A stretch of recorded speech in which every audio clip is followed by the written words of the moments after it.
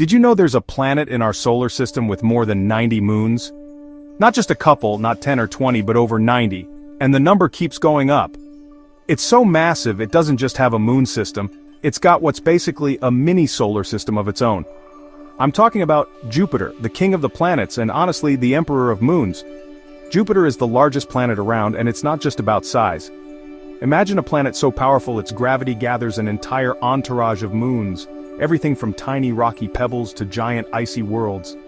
With over 90 confirmed moons, and new ones still being discovered, Jupiter's moons are a cosmic family packed with wild surprises, unsolved mysteries, and even hints of life. First up, let's talk about the legendary four, the Galilean moons. These are the ones Galileo spotted back in 1610, and honestly, each one could star in its own sci-fi movie. Io is like the volcano world. Imagine a place constantly erupting, its surface reshaped by massive lava flows. Next, Europa, maybe my personal favorite. Beneath its icy crust, there's a huge ocean, making it one of the best spots to hunt for alien life in our solar system. Then there's Ganymede, the heavyweight champion. It's the largest moon out there, even bigger than the planet Mercury. And finally, Callisto, ancient, covered in craters and possibly hiding its own underground sea. These four aren't just moons, they're basically mini-planets, each with a story that makes Jupiter's system feel like a small solar system of its own.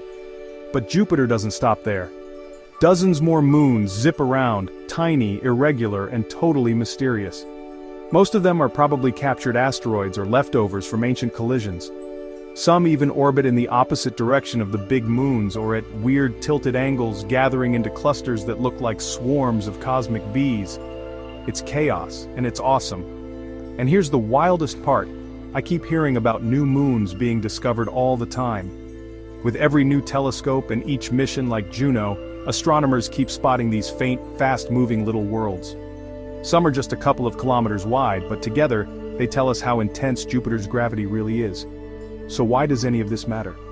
Jupiter's moon system is like a living lab for understanding gravity, planet formation, and even how planets capture stray objects.